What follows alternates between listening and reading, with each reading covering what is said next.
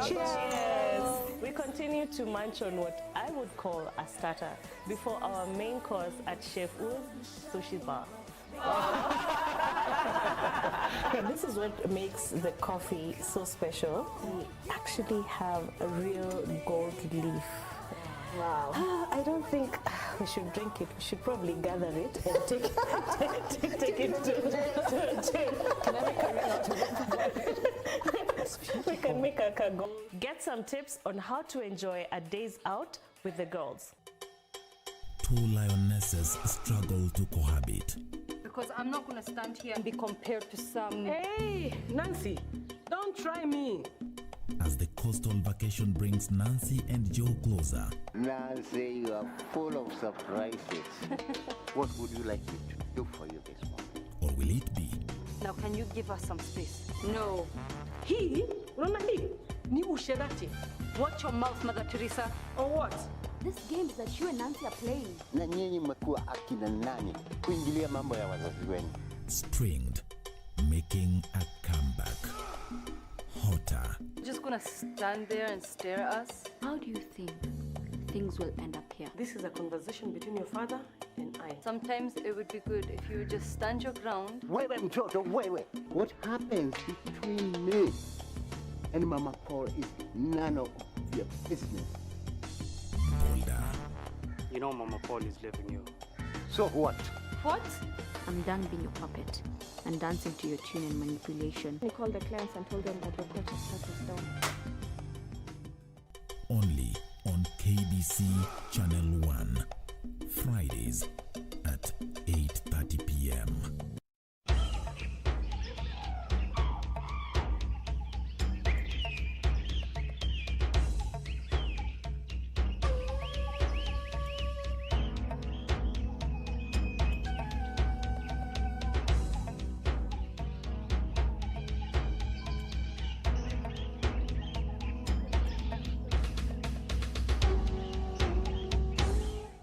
Article 132 of the Constitution and House Standing Orders obligate the President of Kenya to address a joint sitting of the Houses on matters that touch on national values.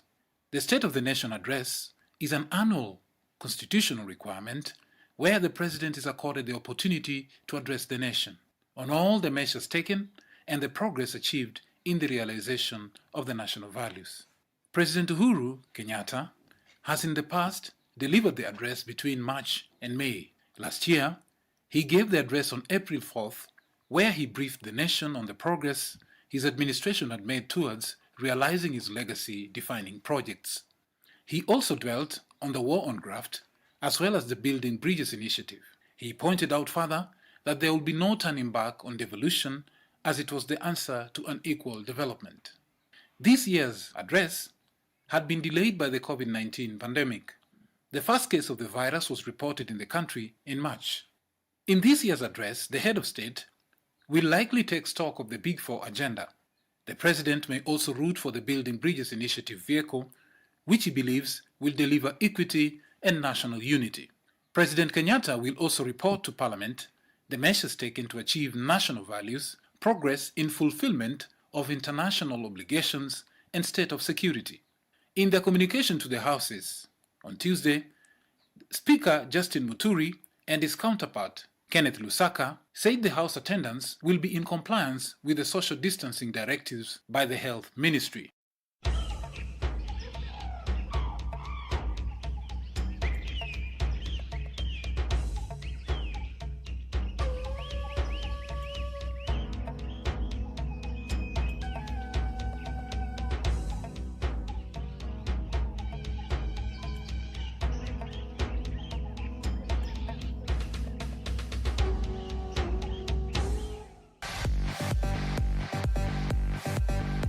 The road to the 2021 Africa Cup of Nations brings us home to another exciting qualifier where Harambee Stars host the Colasantes of Comoros Wednesday, the 11th of November at Kasarani. And that goal! And it is a goal! Coming on exactly 34 minutes, Johanna Omolo. Watch it live and exclusive on KBC Channel 1 at 7 p.m. as we continue to showcase Africa's best on your true sports partner.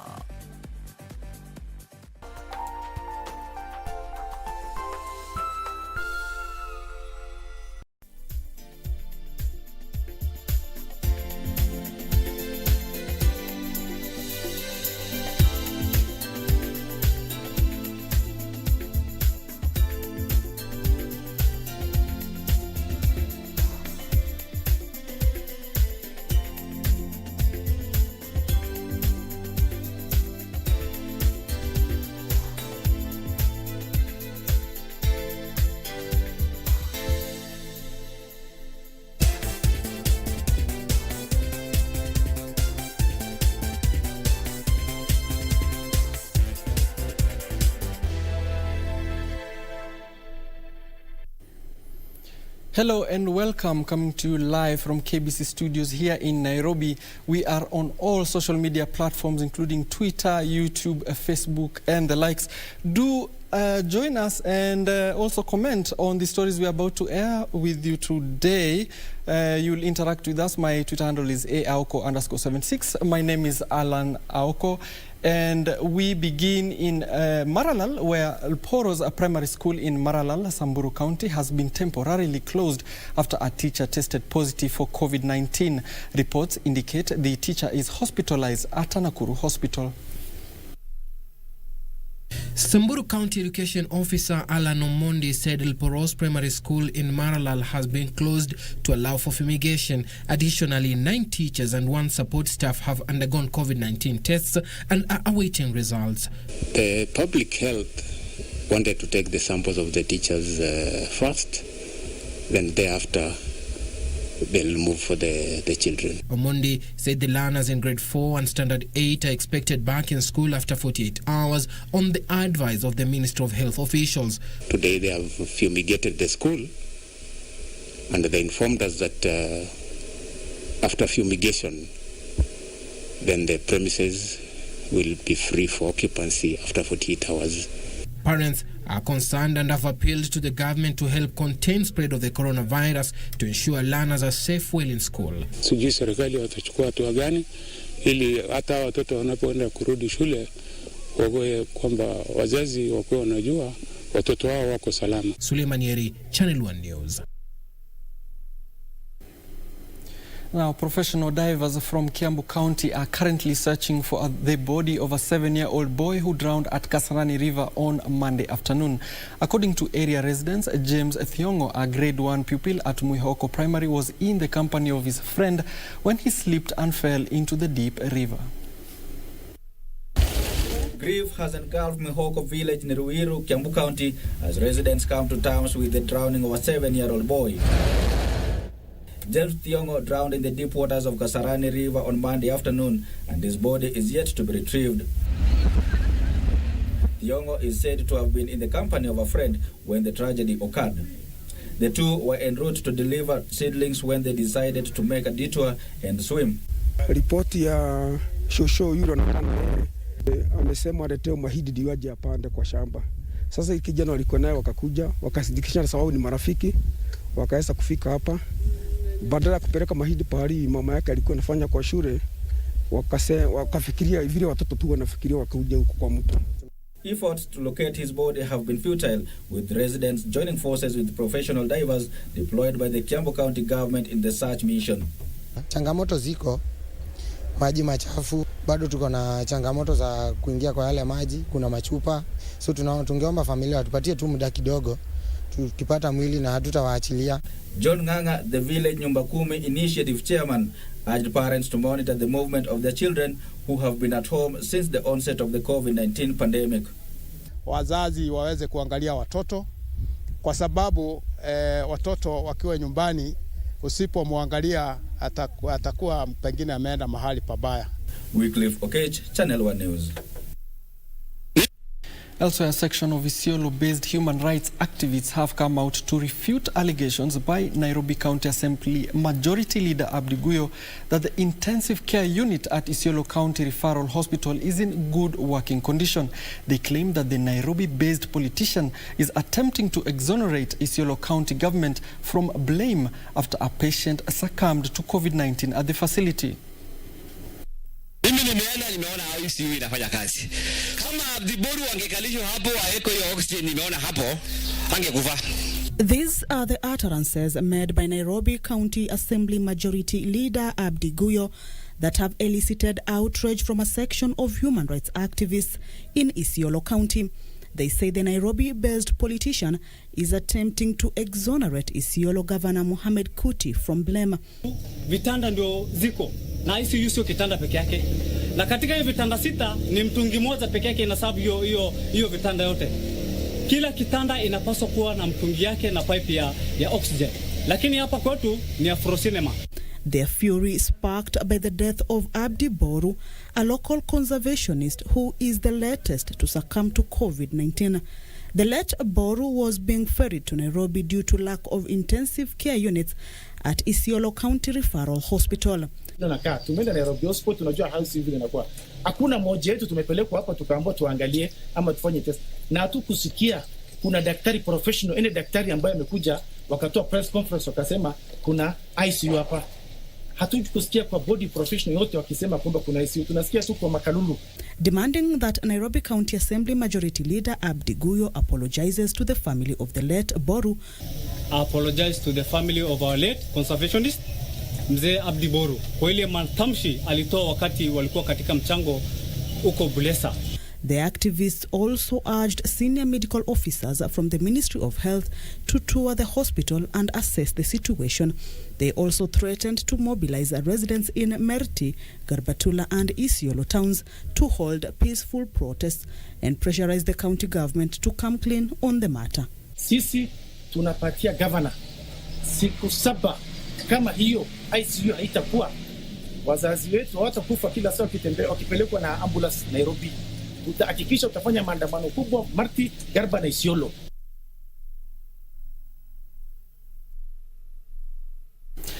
Now, Kenya has received a total of 700 million shillings grant from the United Kingdom government to finance a digital cash transfer program to cover 52,700 vulnerable people living in urban informal settlements in Mombasa and Nairobi cities. Labour and Social Protection Cabinet Secretary Simon Chelugui says the support from the Boris Johnson administration will go a long way in ensuring vulnerable people in the community improve their livelihoods and positively support the recovery of the economy during the post-COVID-19 pandemic period. The Cabinet Secretary said the implementation of the social protection program by the government has been seen to bring a total of 166.9 billion shillings disbursed to 1.2 million poor households to date across the country. The British High Commission Development Director Richard Ekbach said the support is a temporary measure to fill the gap by supporting those mostly affected. In the country. In this regard, I am glad to note that UK government availed a grant of 5 million sterling pounds, or approximately Kenya shillings 700 million, to finance a digital cash transfer program, which is expected to cover 52,700 vulnerable people living in urban informal settlements in the two cities of Mombasa and Nairobi. I'm told 10,000 out of this will be in Mombasa.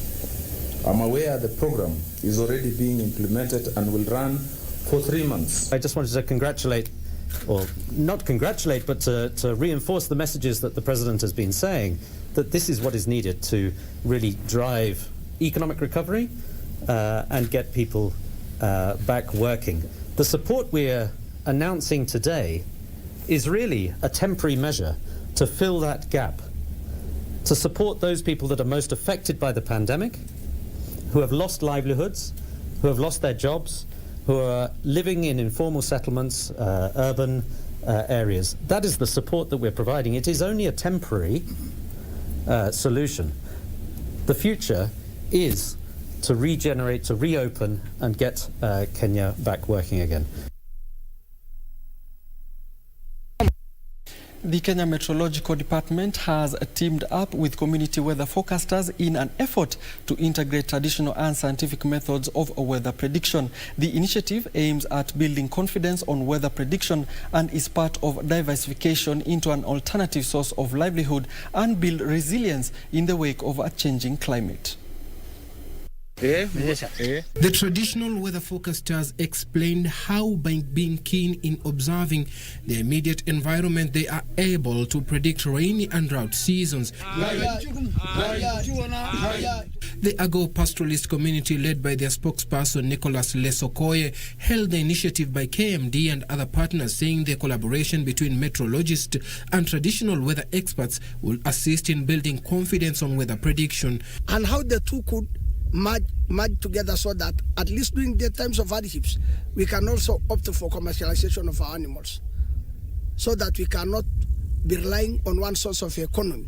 Kenya Meteorological Department Director in charge of Isiolo County, John Nguyo, said the integration is aimed to enhancing the usage of downscale climate and weather information. We compare and build up a consensus. That is, we integrate both the scientific forecast and the traditional forecast and see whether they can agree. He reiterated that the partnership was a way of building resilience among farmers and pastoralists who have been adversely affected by climate change. Crops, the agricultural people discuss or give advisories on the crops that will do well in that particular season. We have also the Ministry for Livestock, who also advises on the livestock or the animals, how they should be kept. Suleiman Yeri, Channel 1 News. Well, at about 13 minutes past the hour, we want to take our first short quick break here. We'll be right back.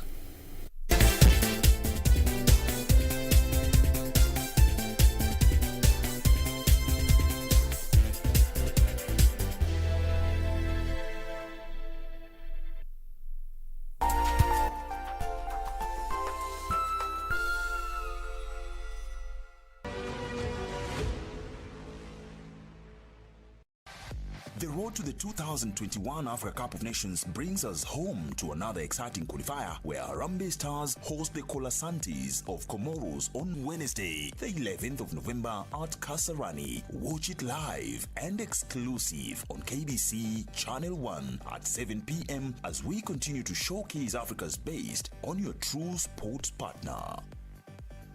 Betika proudly brings you Kenya vs Comoros AFCON qualifier live on KBC Channel 1. This weekend on KBC Channel 1. Mimi nikupe ushauri wangu tu kama kiongozi. Weka zile tofauti zako kando zote. Tuangalie mwananchi na faida ya mwananchi. Kwa sababu hata ukienda ukule, ukianza kumpinga, kutembea vijijini, ilhali miradi bado iko vile vile nusu, mingine haijafanyika, wewe tulia saa hii miradi afanye, akifanya na wewe ukienda kwa mwananchi utakuwa na wewe unalo la kusema. This weekend on KBC Channel 1. We are being paid to show up to work from 8 to 5. Sometimes when that comes to an end, we are at a loss for words. It is one of the most memorable periods of my life because when you travel, you engage with people of different cultures, you meet people of different personalities, and you learn a lot. But it never lasted for too long. We underwent a retrenchment experience from the Pride of Africa. So imagine you've been retrenched 6 or 7 months down the line. I had to shift houses. You are living hand to mouth. I tell them that your employer ain't your mommy or your daddy. Tonight on KBC Channel 1. See me yummy man, he me really yummy man. See me yummy man, he me really yummy man. Say ooh. African kings and queens and the young ones in between. We love Majesty and we love King Selassie. 100 on the highway, I ain't taking no calls on my struggles in the rearview mirror. That's the burn. We've been through this before. Cause we go through this again. It would be a tragedy if we can't learn from the past.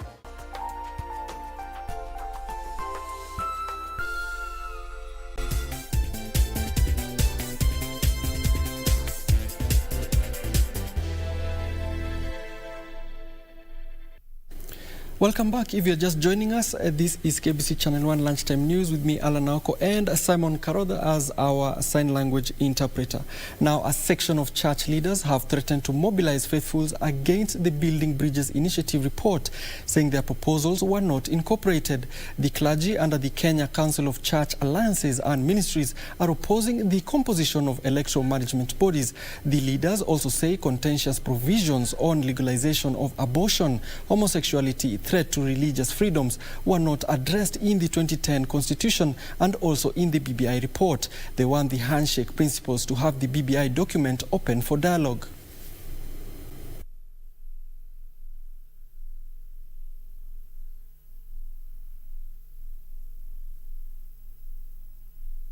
If it means extending the term of the current government to create room for the BBI to be debated and to build these bridges, we would go for that, so that we have enough time for everybody to participate and everybody to feel equally represented, that we don't have these people against these people, we don't have this group against this group, and we don't have lobbying. What eventually we are going to do is that we are going to rally behind ourselves, the church, to come together and say, from the church, we are now presenting a candidate in every constituency who will have the interest of the church. And we have the capacity and the ability to do that. We are seeking an audience. We have had that before, but we are seeking for another audience because of the speed at which this process is being hurried. We are concerned and a bit skeptical.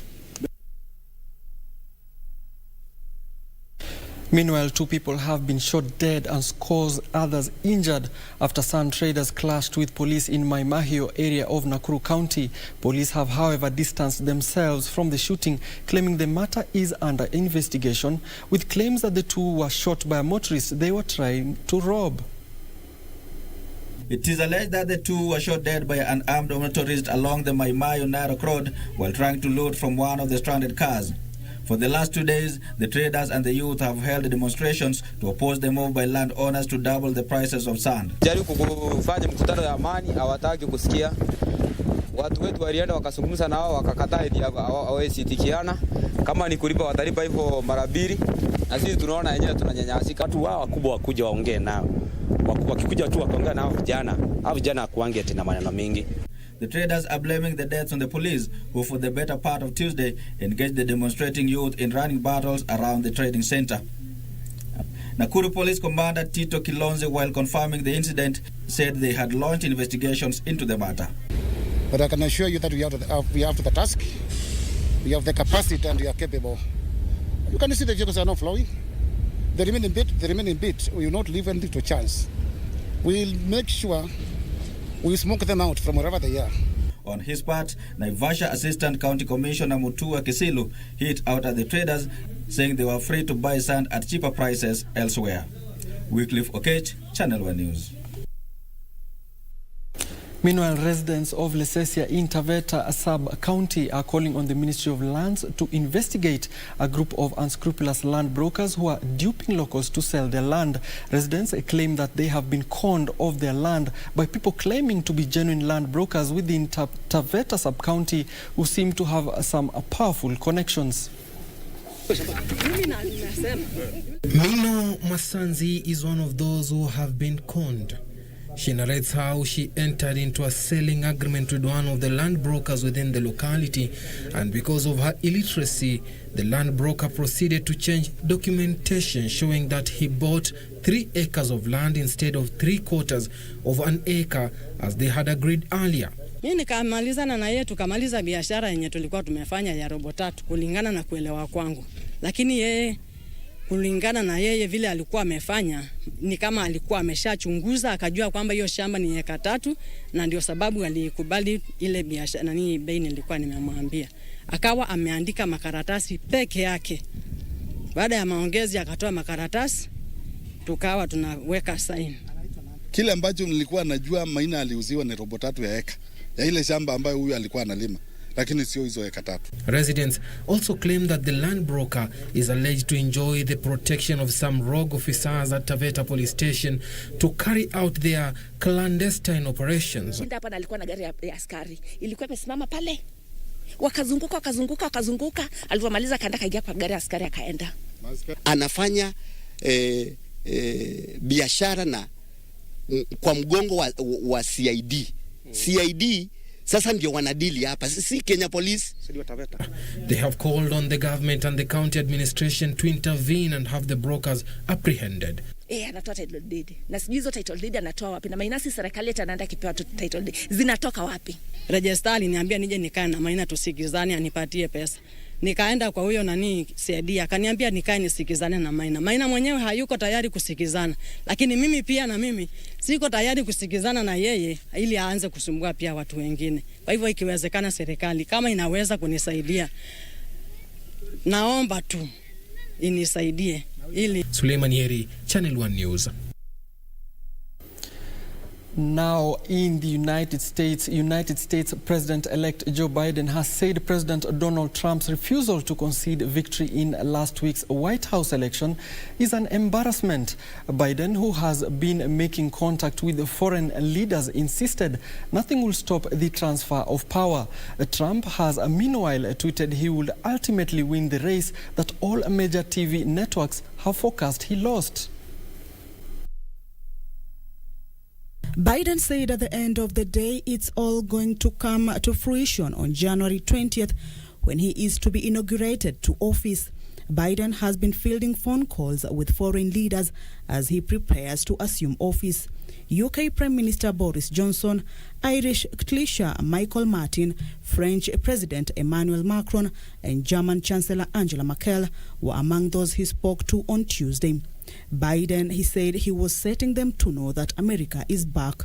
But as he and Vice President-elect Kamala Harris forge ahead, a little-known government agency led by a Trump appointee is stalling the handover. The General Services Administration coordinates funding and access to federal departments for incoming administrations. However, it has so far declined to formally recognize Biden as president-elect. In Tanzania, the opposition presidential candidate in last month's disputed general election has left the country for Belgium, where until recently he had been receiving medical treatment after a 2017 assassination attempt against him. Tundu Lissu sought refuge at the German ambassador's residence in Dar es Salaam last week, citing threats to his life. The Chadema party leader and a number of his colleagues had been arrested since the 28th October polls, as had members of another opposition party, ACT Wazalendo. Police accused them of planning unlawful protests and sedition. Some in Chadema were accused of planning to blow up petrol stations and markets in Dar es Salaam. And in Ivory Coast, 3 people have been killed following President Alassane Ouattara's re-election for a controversial third term. The clashes were reported in the south-central town of Mbato, seen as loyal to opposition candidate Pascal Affi N'Guessan, who was arrested on Friday. N'Guessan is facing charges of terrorism and sedition after rejecting President Ouattara's re-election and announcing the establishment of a parallel government. President Ouattara had invited his rival, former President Henry Konan Bedi, for talks following violence.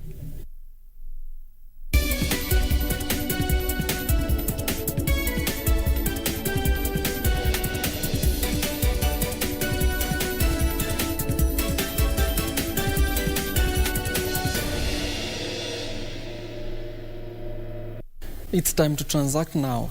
Construction of Mwache multi-purpose dam is on course starting in March 2021. The 20 billion shillings project is meant to harness the flood waters from Mwache River in Kinango sub-county and help tackle persistent water shortages in the coastal region. Mwache Multipurpose Dam is expected to put 2,600 hectares of land in Kwale County under irrigation, as well as offer water for domestic use. The dam, which features an 87.5 meter tall concrete gravity dike, is projected to have a capacity to hold 118 million cubic meters of water for irrigation and boost the water supply in Kwale and Mombasa counties. The purpose of the Mwache Multipurpose Dam was to adequately address limitations in terms of water supply to big towns like Mombasa, Kwale, and Kilifi. And we are planning to discharge 186,000 cubic meters of water per day for use in those cities. We will sufficiently have some more reserve in the dam, which we will definitely use for the purpose of food security. This includes fishing. It may also entail some farming activities, so that we also make the communities living around the dam area very food secure. Coast Development Authority says rehabilitation works on the dam site began in 2017 under the support of the Coast Water Security and Climate Water Change Resilience Project. Other ongoing activities include tree planting, terracing, contour ploughing, rock terracing, gabion construction and riparian land marking, as well as pegging to allow for the regeneration of natural vegetation. So far, we have placed close to over 250,000 seedlings were planted within the catchment areas. And that is one of the activities that was primarily our role within the implementation of the Mwache multipurpose dam. We have poor farming methods or activities in the locals, so we try to educate them on better farming methods.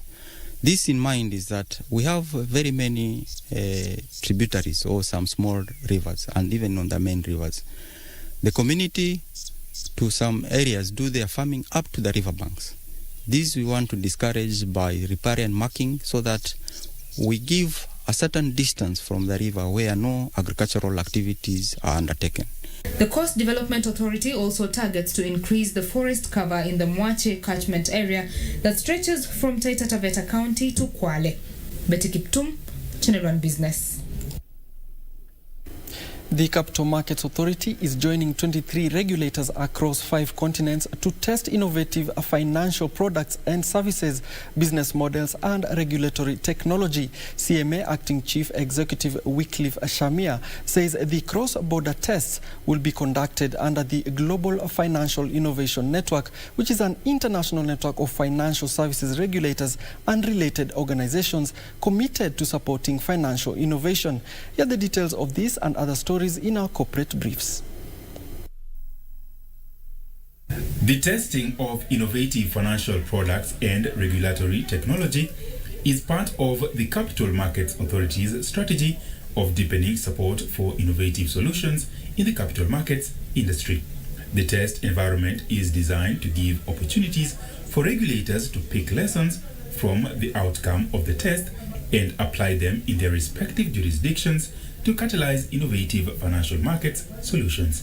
The Global Financial Innovative Network is inviting applications from the firms to test innovative financial products, business models, or regulatory technology across more than one country or jurisdiction before the end of this year. Meanwhile, Trustmark Insurance Brokers has been awarded as the overall best intermediary of the year in the 2019 UAP Insurance Kenya Annual Intermediaries Awards. UAP Old Mutual Group Chief Executive Officer Arthur Oginga says the awards are designed to not only recognize the top intermediaries but also take leadership in the market to attract and retain top-performing intermediaries. Our general insurance business has recently introduced new products into the market which have taken off quite well, and Trustmark has been at the forefront of selling some of those new products. And LG Electronics, in partnership with OpalNet Limited, has opened its 4th brand shop in Kilimani, Nairobi County, amid a 20% increase in consumer demand. Last year, actually Kenya, the demand for the TV was 32 and 43 inch full HD, but now it's totally changed. Now the UHD of the 55 inch is the mainstream. So every year people demand is now changing, and they are looking for the more premium products. An increase in disposable income, a growing middle class, and a preference for smart electronics and appliances has led to an increase in demand for electronics.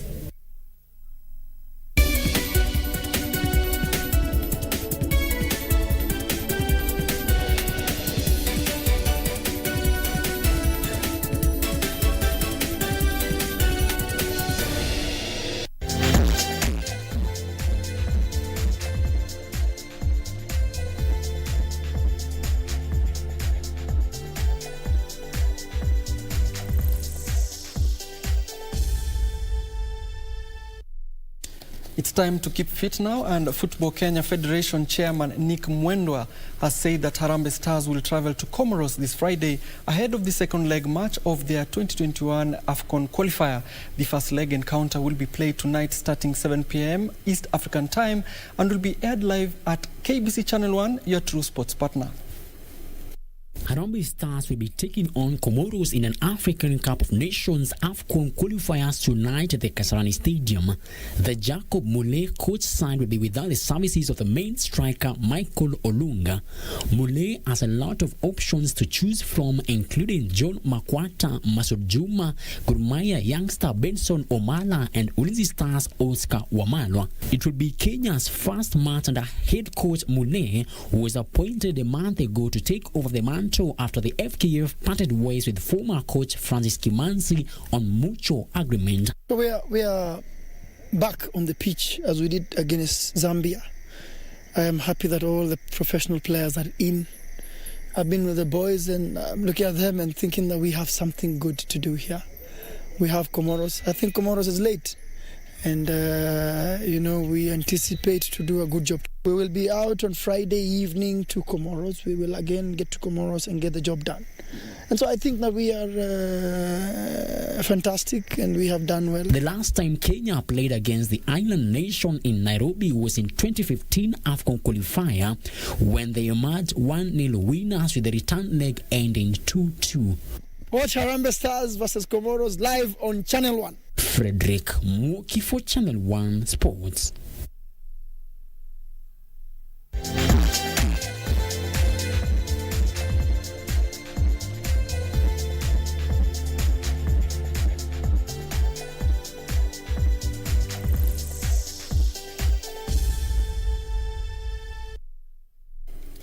My goodness, you don't want to miss that at all. But that's where we end it here at KBC Lunchtime News. But let me take this opportunity as well to thank Kennedy Kihara, Steve Mwas, and Stanley Wambugu, who's watching from Thika, for staying with us and interacting with us on our social media platforms. My name is Allan Aoko, and our sign language interpretation has been done by Simon Karodha. Do have a safe afternoon. Goodbye.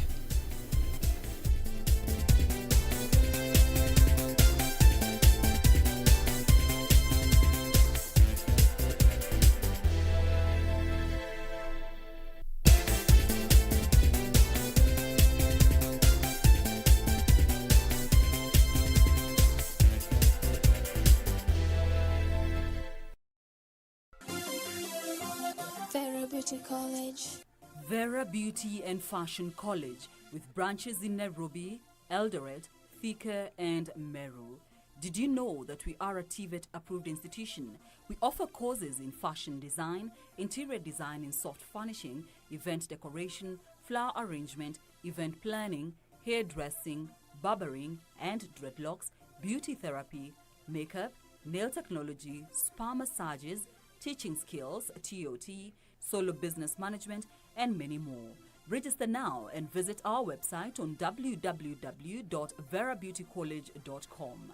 You can also call on 0725 923 550 Nairobi branch, 0728 087 689 Eldoret branch, 0722 227428 Thika branch, 0725 000 706 Meru branch. Vera Beauty and Fashion College, a Taveta approved institution.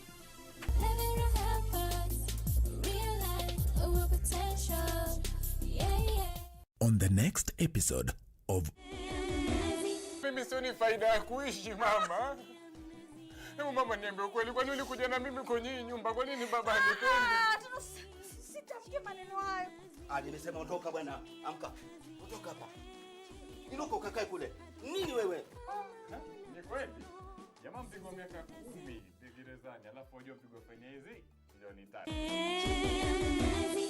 Tonight on KBC Channel 1. And that goal! And it is a goal! Coming on exactly 34 minutes, Johanna Omolo. Watch it live and exclusive on KBC Channel 1 on your true sports partner. Nothing they can do to stop this music. Yellow is a part of my religion. All that I can see is an African beauty.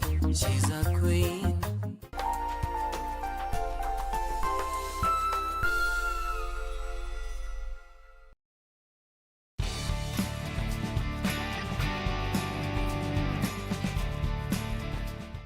Hurdling events in track and field were popularized in England in the 19th century before the enthusiasts initiated the same in Kenya to some success. One of the early beneficiaries was Fatwell Kimayo, who went on to become the first and only Kenyan to win a Commonwealth gold medal in the 110 meters hurdles up to date. I started in career of athletics when I was in primary school at Kapchimuiwa School, and I got encouraged with some athletes. They come from that area. People like Kiptalam Keter, he used to run 800 meters and 1500 meters. And people like Sila Boyd, who was a 400 meters runner, and he was a national champion. And people like Kipchoge Keino, and even Amos Piwat. Those are the people that encouraged me to join athletics. Fatwell, who was born in 1947 in Nandi, spread his wings in the field events in the high jump before he decided to concentrate on the sprints, where he discovered his talent in the sprint hurdles. I was a high jumper, and then I moved from the high jump up to the sprint. I started running 100 meters and 200 meters, and I tried again 400 meters. And that time I did not select special events. I was just running up and down because I was not specialized in one of the events. I started when I was in Nyahururu, when we had Athletic Kenya weekend meet in Nyahururu. And I started trying the 100 meter hurdles. I ran against the Kenyan national champion, the late DC Kiplagat Ngeno. He was the national champion in 100 meter hurdles, and I ran against him and I beat him. So that's the time now I move in 100 meter hurdles, and I identify this is my now special event. He made his debut for the nation in the East and Central Africa Championship, where he proved to be unstoppable in the 110 meters hurdles for 3 good years. My first national event, it was in Zambia in 1971. Eastern and Central Africa Championship. It was in Lagos, not Lagos, Lusaka, Zambia. And that time I was running 100 meters and 4x4. I was in 4x4 team for the national team. And I was a high jump at that time again. But I didn't perform well in high jump. Yeah. Fatwell Kimayo's first major international assignment was the 1972 Olympics in Munich, where he competed in the 400 meters hurdles up to the first round, but was happy for East Africa when Uganda's John Aki Bia stunned all to win the Olympic gold in a new world record of 47.82 seconds. I qualified in 400 meters hurdles only. I didn't take part in 100 meters hurdles. And I was number 4 in the first round, and I didn't make it to the finals or to the semis. Yeah. How did you feel? I was not happy because it was my first time to appear in the Olympic, without no experience. Yeah. But just being there? Yeah, being there, I was very happy because it was my first time and I saw competing in Olympic. It is something very special when somebody competes in Olympic. Yeah. He decided to focus on his specialty, the 110 meters hurdles after that, and was happy to make the Kenyan squad to the All-Africa Games of 1973 in Lagos, where he did not disappoint. Fatwell won the All-Africa Games 110 meters hurdles gold in 14.19 seconds ahead of Nigeria's Aboyade Lole and Abdoulaye Sarr of Senegal. Before we went for All Africa Games, we had a trial in Kisumu for the African Championship, and I ran a good time in 100 meters hurdles. I ran 13.7, which it was the fastest in African soil. And even the Athletic Kenya didn't believe it, that I ran that time, because it was a surprise. Yeah. So that's now when I become now to specialize now in 100 meter hurdles. Yeah. In African Championship, we ran against even Agibua, the later Agibua Ugandans. He was a very good 100 meter hurdles too, because he was a 400 meters runner, 400 meters hurdles too.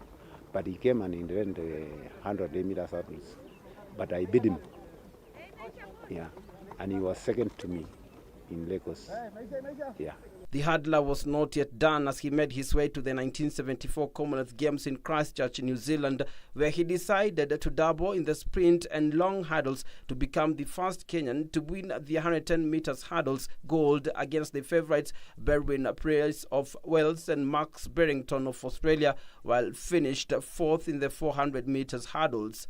This is now where I did a very good. I ran the fastest, which it was 13.6. And I beat one of the world best hurdler in the world, called Price from Scotland. He was one of the best, and I beat him. He was second to me. The former Kenya policeman hurdler made another appearance in the 1978 All Africa Games in Algeria, where he led Philip Sang to another glorious outing in the 110 meters hurdles in 13.89 seconds. It was a wonderful because, winning a gold medal, it is a surprise, and it's something that everybody is excited. Yeah, so even the time when we came back from the All Africa Games, we were welcome at the airport nicely with so many people. Yeah. He later left for the USA on a track scholarship where he furthered his education. In fact, after I ran a very good time in the Olympic and then the Commonwealth Games, one of my colleagues, Dekla Sang, she was in USA and she went to the University of New Mexico and Professor Boyd. So there's a coach from University of New Mexico. In fact, he passed away. His name is Silverback. He passed away. He's the one who came to Kenya to look for me, and he recruited me in 1978. And I joined the University of New Mexico. Yeah, in 1970 under track scholarships. Yeah, until 1982 when I finished, and I came back. I retired in 1980. After we came back from Philadelphia.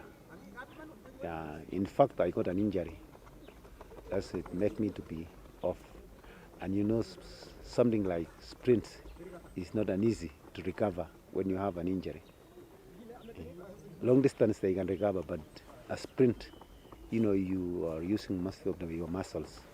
Fatwell came back home in 1985 to join the education sector as a sports administrator cum coach. He is currently working at Chepkoilel Moi University branch on the same capacity while taking care of his 5 children with his beloved wife, Catherine Serem Kimayo. My family, I have 6 children, 2 girls and 4 boys.